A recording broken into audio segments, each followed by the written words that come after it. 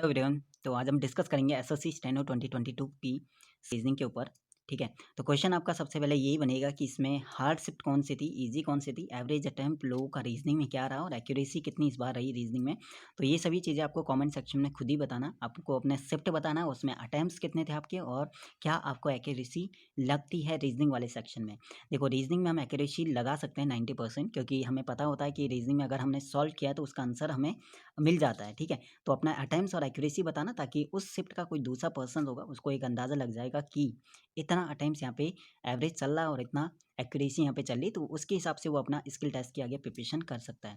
तीनों ही सब्जेक्ट में कोई भी एक अगर आपका ख़राब होता है, खासकर इंग्लिश और रीजनिंग से, तो जो चांस होते हैं आपका सिलेक्शन का बहुत कम हो जाता है। आपका रीजनिंग जहाँ लोग 40 अगर एवरेज अटेम्प्ट कर रहे हैं, एक्यूरेसी आपका 90% से ऊपर है, वहीं आपका अगर 40 से कम आता है तो थोड़ा बहुत यहाँ पे डर हो जाता है ना। फिर भी एक और यहाँ पे चांस है कि अगर आपका रीजनिंग में 40 से कम भी आपका अटेम्प्ट है और एक्यूरेसी आपकी पूरी है, तो उसका और सेकंड चीज़ है कि अगर आपने इंग्लिश को सही से यहाँ पे किया है, उसमें एक्यूरेसी आपका 90% है जितना भी आपने अटेम्प्ट किया, तो वहाँ पे थोड़ा बहुत आप आगे निकल जाओगे काफ़ी लोगों से जिनका रीजनिंग में 40 प्लस अगर अटेम्प्ट भी है। तो ज़रूरी नहीं है कि आपका किसी का रीजनिंग में अगर 40 प्लस अटेम्प्ट्स है तो उसका इंग्लिश भी जो है पूरा 90% या 100% ठीक होगा। तो चांस कम होता है, ऐसा भी नहीं कि ऐसा नहीं हो, लेकिन चांस कम होता है। तो दोनों साइड से अगर आप देखो तो पॉजिटिव रहना है और आंसर की तक वेट करना है। आंसर की आपका 22-23 तक लगभग आ जाएगा। उसके बाद एक्यूरेसी आपको, ठीक है, उसके बाद आपका एक्यूरेसी कितना रहता है वो चीज़ पता चलेगा और साथ में आपका कितना आपका स्किल के लिए या फाइनल के लिए कट ऑफ जा सकता है। ठीक है, तो इंपॉर्टेंट चीज़ यहाँ पे रहेगा प्री की कट ऑफ। प्री की कट ऑफ कम जाएगी, ये मैंने ऑलरेडी कल भी बोला था जीके का जब मैंने बताया था आप लोगों को, और फाइनल अलग है। ठीक है, प्री की कट ऑफ को देख कर मत तैयारी करना, जो भी फाइनल कट ऑफ जाएगी वो आपको पता है कि कितना जाएगा। यानी ग्रेड सी की जो भी कट ऑफ होगी उससे आपको 5 to 6 यानी मार्क्स ज़्यादा लेते हुए चलना, तब आपको स्किल प्रिपरेशन करना है। ठीक है, स्किल के लिए प्रिपेयर करना, अभी से फिलहाल स्किल प्रिपरेशन स्टार्ट कर दो जब तक आपका नॉर्मलाइजेशन वह नहीं आता है रिजल्ट। ठीक है, क्योंकि नॉर्मलाइजेशन किस शिफ्ट में कितना हुआ है ये हमें पता नहीं, क्योंकि नॉर्मलाइजेशन ज़्यादा से ज़्यादा आपका 12 प्लस भी हो जाता है किसी किसी में, और किसी में आपका 1-2 भी हो जाता है। तो नॉर्मलाइजेशन के बाद ही थोड़ा मुझे लगता है कि पूरा क्लियर होगा कि आपका फाइनल में चांस कितना आपका बनता है। ठीक है, अब बात करते हैं थोड़ा बहुत इस टॉपिक में, यानी इस वीडियो में डिस्कस करने वाले थे रीजनिंग के ऊपर। रीजनिंग का देखो, कम अटेम्प्ट आपका रीज़न हो सकते हैं बहुत सारे। रीज़न ये कि आपने थोड़ा रीजनिंग को कम टाइम दिया होगा, ठीक है, आपने इंग्लिश और जीके को ज़्यादा टाइम दिया होगा। सेकंड चीज़, आपका एग्ज़ाम का प्रेशर भी होता है, एग्ज़ाम का माहौल भी होता है, वहाँ पे क्या चीज़ आपका सिचुएशन रही होंगी। थर्ड चीज़ ये होता है आपका कि अगर आपने इंग्लिश को पहले अटैम्प्ट किया है तो वहाँ पे आपका टाइमिंग ज़्यादा लग गया होगा, जिसकी वजह से वो प्रेशर यानी कम टाइम का रीजनिंग में आ गया।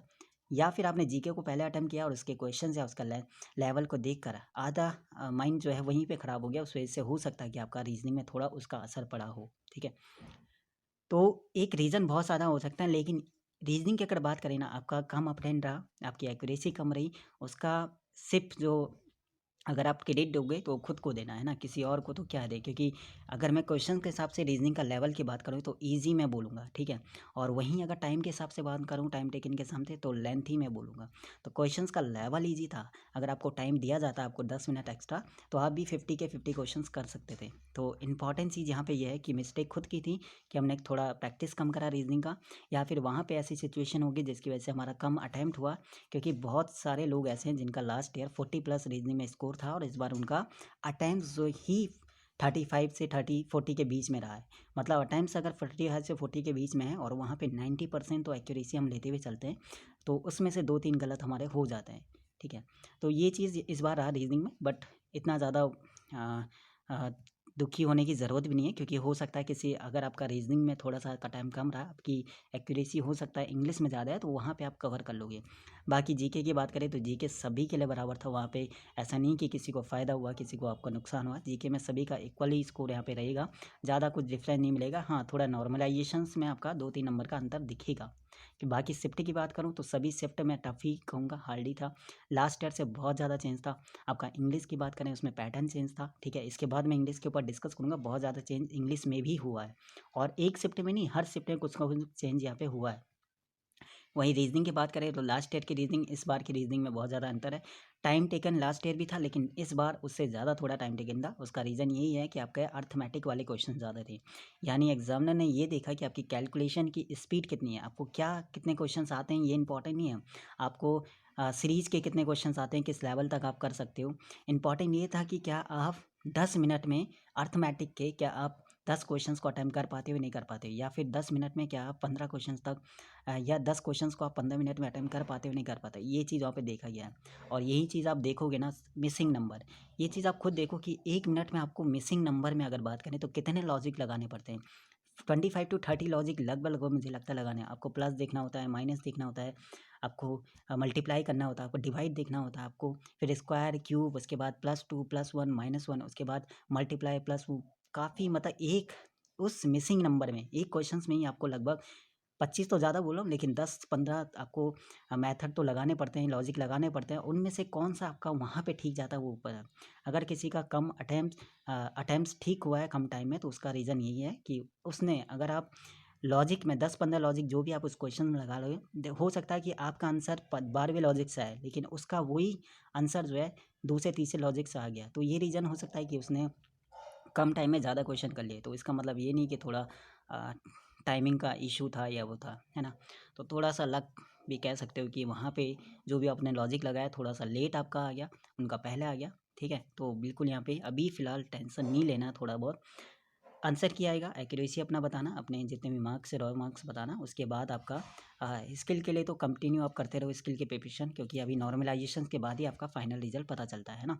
आपका आंसर की से भी उतना ज़्यादा अंदाज़ा नहीं लग पाता, क्योंकि वैकेंसी 3 गुना वैकेंसी है। आपका कट ऑफ में अंतर दिखने को मिलेगा, है ना। कहाँ आपका 700 वैकेंसी, कहाँ 2100 वैकेंसी, 3 गुना वैकेंसी, तो कट ऑफ में भी आपका चेंज दिखने को मिलेगा, वो भी फाइनल वाली में। प्री वाली तो है ही आपका काफ़ी डिफरेंस रहेगा, लेकिन फाइनल वाले में भी बहुत ज़्यादा डिफरेंस देखने को मिलेगा, ठीक है। तो कमेंट सेक्शन में एक चीज़ आप बताना, एक तो आपका एक्यूरेसी क्या रहा, आपकी शिफ्ट कौन सी रही, और आपके अटेम्प्ट्स कितने थे, थोड़ा अंदाज़ा लग जाएगा। दूसरा, सेम अटेम्प्ट वाले को कि हाँ भाई इसमें इतना एवरेज अटेम्प्ट चल रहा है, एक्यूरेसी इतनी चल रही है, और मेरा थोड़ा हो सकता है थोड़ा कम हो, तो उस हिसाब से थोड़ा सा प्रिपरेशन करेगा, अपने माइंड को थोड़ा तैयार रखेगा आगे के लिए।